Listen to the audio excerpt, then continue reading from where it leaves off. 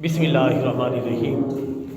برادران اسلام، مرنے کے بعد انسان 9 تمنائیں کرے گا، حسرتیں کرے گا، آرزویں کرے گا، پچھتائے گا۔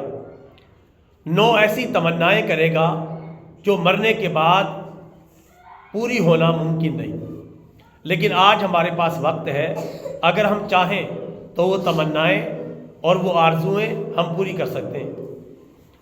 ان 9 تمناؤں کو قرآن پاک نے بیان کیا ہے کہ انسان کون کون سی تمنائیں کرے گا لیکن پھر وہ پوری نہیں ہو سکیں گی۔ آئیے ان تمناؤں اور ان آرزوؤں پر ایک نظر ڈال لیتے ہیں۔ نمبر 1، انسان جو تمنا کرے گا وہ کہے گا یا لیتنی کنت ترابا، اے کاش کہ میں مٹی بن جاتا، یعنی آج مجھے قیامت کے دن اعمال کا حساب کتاب نہ دینا پڑتا، میں مٹی میں مل جاتا، میں مٹی ہو جاتا۔ یہ تمنا کرے گا لیکن یہ تمنا پوری نہیں ہوگی۔ دوسری تمنا انسان مرنے کے بعد یہ کرے گا یا لیتنی کنت معہم فافوز فوزا عظیما، اے کاش کہ میں نیک لوگوں کے ساتھ شامل ہو جاتا تو میں بھی بہت بڑی کامیابی حاصل کر لیتا۔ ظاہر ہے کہ مرنے کے بعد نیک لوگوں کے ساتھ شامل ہونا ممکن نہیں ہوگا، تمنا تمنا ہی رہ جائے گی، آرزو آرزو ہی رہ جائے گی، اس کا کوئی بدلہ اسے نہیں ملے گا۔ نمبر 3، انسان تمنا کرے گا یا لیتنی قدمت لی حیاتی، اے کاش کہ میں نے اپنی آخرت والی زندگی کے لیے کچھ نیک اعمال بھیجے ہوتے، کچھ تیاری کی ہوتی۔ یہ انسان تمنا کرے گا لیکن تمنا اس کی پوری ہونے والی نہیں ہے۔ چوتھی تمنا انسان جو کرے گا وہ کہے گا یا لیتنی لم اوتا کتابیہ، اے کاش کہ مجھے میرا نامہ اعمال پکڑایا ہی نہ جاتا، میرا جو اعمال نامہ ہے وہ مجھے پکڑایا ہی نہ جاتا۔ یہ اعمال نامہ تو میرے خلاف لکھا ہوا سارا، میرے سارے کرتوت، میری ساری برائیاں، میرے سارے گناہ اس میں لکھے ہوئے ہیں۔ اے کاش کہ مجھے میرا نامہ اعمال پکڑایا ہی نہ جاتا۔ یہ تمنا کرے گا لیکن اس تمنا سے جو ہے اسے کچھ بھی حاصل ہونے والا نہیں ہے۔ نمبر 5، انسان تمنا کرے گا یا لیتنی لم اشرک بربہ احدا، کاش کہ میں نے اپنے رب کے ساتھ کسی کو بھی شریک نہ ٹھہرایا ہوتا، کاش میں شرک نہ کرتا، کاش میں اللہ تعالیٰ کا کسی کو شریک نہ بناتا تو آج میری بچت ہو جاتی۔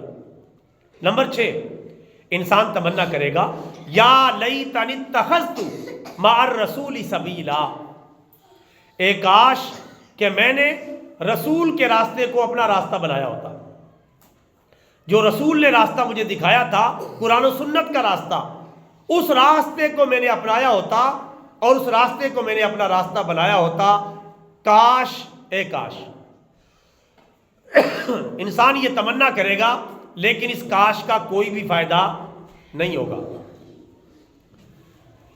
اس کے بعد 7ویں تمنا انسان جو کرے گا اللہ تعالیٰ کی بارگاہ میں عرض کرے گا یا ویلتا لیتنی لم اتخذ فلانا خلیلا، اے کاش کہ میں نے فلاں کو اپنا دوست نہ بنایا ہوتا، اس نے مجھے بھی مروا دیا، خود بھی جہنم میں جا رہا ہے، کاش میں نے اس برے دوست کو اپنا دوست نہ بنایا ہوتا، کاش میں اس کی مجلس میں نہ بیٹھتا، کاش کہ میں اس کی باتوں میں نہ آتا، کاش کہ میں اس برے آدمی کو اپنا دوست نہ بناتا۔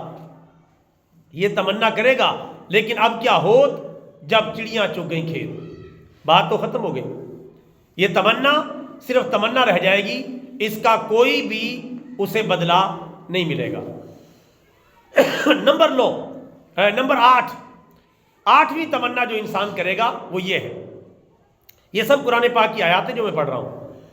8ویں تمنا یہ کرے گا یا لیتنا اطعنا اللہ و اطعنا الرسول، اے کاش کہ ہم نے اللہ کی بات مانی ہوتی، اے کاش ہم نے رسول اللہ کی بات مانی ہوتی، کاش کہ ہم اللہ اور اس کے رسول کے فرما بردار بن جاتے تو آج ذلیل و رسوا ہونے سے بچ جاتے. یہ 8ویں تمنا انسان کرے گا.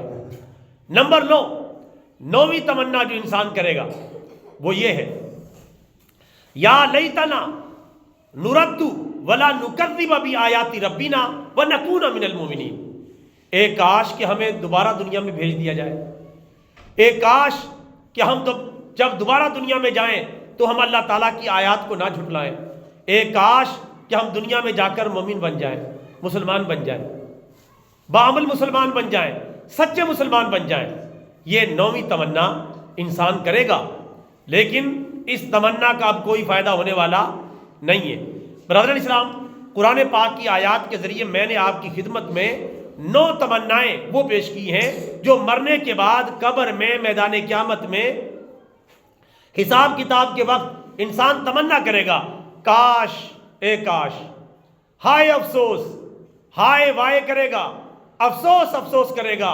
لیکن اس کے افسوس کو سننے والا کوئی نہیں ہوگا، اس کی کاش کاش کو سننے والا کوئی نہیں ہوگا.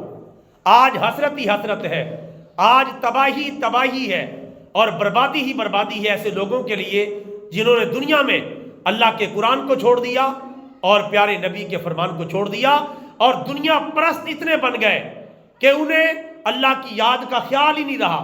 نہ کبھی نماز پڑھی، نہ کبھی روزہ رکھا، نہ اپنے مال کی زکوٰۃ نکالی، نہ کبھی حج بیت اللہ کیا، نہ کوئی نیک عمل کیا، نہ کوئی صدقہ و خیرات کیا، نہ کوئی تلاوت کلام پاک کی، نہ کوئی ذکر الہی کیا، نہ پیارے نبی صلی اللہ علیہ وسلم پر کبھی درود و سلام پڑھا.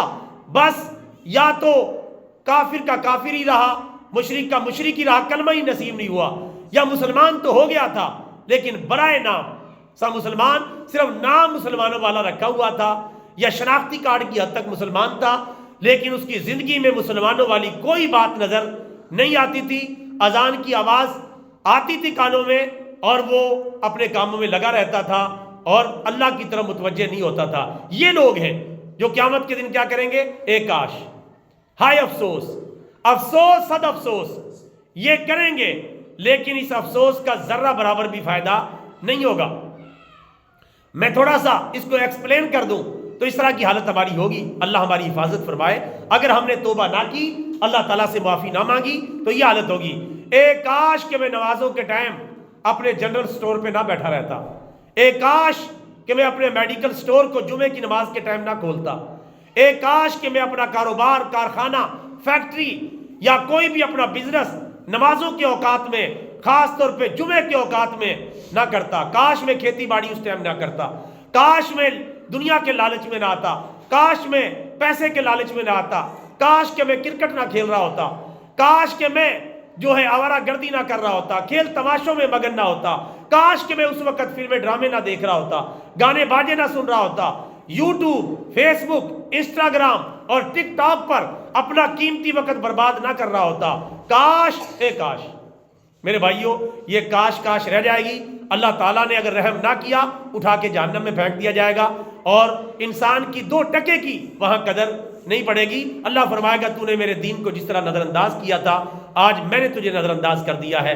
بلکہ اللہ تعالیٰ تو اگر ناراض زیادہ ہوا، اللہ یہ فرمائے گا ایسے بندے کو میرے سامنے نہ لایا جائے، فرشتے اس کو باہر سے اٹھائیں اور باہری جہنم میں پھینکے. میں اس بندے سے آمنا سامنا بھی نہیں کرنا چاہتا کہ جس نے کبھی پلٹ کر بھی مجھے یاد نہیں کیا. اور میں نے اس کو پیدا کیا، میں نے اسے دیکھنے کے لیے 2 آنکھیں دی، سننے کے لیے 2 کان دیے، بولنے کے لیے زبان دی اور چبانے کے لیے دانت اور داڑھ دیے. میں نے خون بنانے کے لیے اس کو جگر دیا اور سوچنے سمجھنے کے لیے دل و دماغ دیا، کام کرنے کے لیے ہاتھ پاؤں دیے، چلنے پھرنے کے لیے میں نے اس کو قوت عطا کی اور طرح طرح کی کائنات کی نعمتیں میں نے اس کے سپرد کی. قسم قسم کے اناج، غلہ جات، پھل پھول، ترکاریاں، سبزیاں، کیا کچھ ہے جو میں نے اس کو نہیں دیا. میں نے ساری کائنات اس کے لیے بنائی، لیکن اس سے اتنا بھی نہ ہو سکا کہ مجھے یاد کرتا، میرے کلام پر عمل کرتا، میرے حبیب کی پیروی کرتا اور میرے حبیب صلی اللہ علیہ وسلم کے نقش قدم پر چلتا. تو میرے بھائیوں، اس سے پہلے کہ وقت آئے، ہمیں چاہیے کہ آج ہی توبہ کریں، اللہ تعالیٰ سے معافی مانگیں، اپنا قبلہ درست کریں، اپنے آپ کو سیدھے راستے پر لائیں. آج کل کوئی کسی کو سمجھانے والا نہیں، یہ علماء ہی ہیں جو آپ کو تھوڑا بہت سمجھا رہے ہیں. اس وقت سے ڈر جائیں جب علماء بھی یہ کام چھوڑ جائیں گے. ایسا وقت بھی آنے والا ہے. علماء بھی یہ کام چھوڑ جائیں گے، مسجدیں ویران ہوں گی، علماء بھی یہ کام بند کر دیں گے، اور پھر یہ سارا سلسلہ دنیا داری کا چلے گا، کوئی کسی کو سمجھانے والا نہیں ہوگا، کوئی کسی کو بتانے والا نہیں ہوگا۔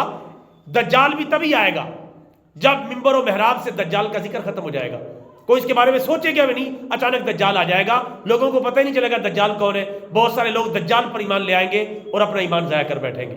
اس سے پہلے کہ حالات بگڑے، ہمارے کنٹرول سے باہر ہو، اس سے پہلے ہمیں قرآن و سنت سے جڑنا چاہیے، اسلام سے جڑنا چاہیے، علماء اسلام سے جڑنا چاہیے، جو آپ کو بتا رہے کہ اس دنیا کی حقیقت کیا ہے، اور مرنے کے بعد جو اصل دنیا ہے وہ آخرت کی دنیا ہے، آخرت کی زندگی ہے، اس کے بارے میں ہم سوچنے والے بن جائیں۔ یہ وقت نکلتا جا رہا ہے، جس طرح ریت کو مٹھی میں پکڑیں تو ریت کھسکتا چلا جاتا ہے، پتہ بھی نہیں چلتا، زندگی کھسک رہی ہے۔ ابھی بچپن، پھر لڑکپن، جوانی، بڑھاپا، اور پھر پتہ نہیں کس وقت بلاوا آ جائے، اچانک بندہ قبر میں چلا جائے۔ اللہ تعالیٰ نے اپنے قرآن پاک میں ہر چیز کو واضح کر دیا ہے۔ اب یہ نہیں کہہ سکتا کل قیامت کے دن کوئی بندہ کہ یا اللہ مجھے پتہ نہیں چلا، مجھے خبر نہیں ہوئی، مجھے اطلاع نہیں ملی، مجھے بتایا کسی نے نہیں۔ اللہ نے اس طرح کی فضول باتیں سننی نہیں۔ اللہ نے 1,24,000 پیغمبر بھیج دیے، آخری نبی کو بھیج دیا ہے، قرآن پاک اتار دیا ہے، سب کچھ دو چار کی طرح دنیا کے سامنے واضح کر دیا ہے۔ اس طرح کے کوئی فضول بہانے چلنے والے نہیں ہیں۔ میرے کپڑے ناپاک تھے اس لیے میں نے نماز نہیں پڑھی، میں ذرا مصروف تھا میں اس لیے نماز نہیں پڑھی، میں فلاں کام پہ نکلا ہوا تھا اس لیے نماز نہ پڑھی۔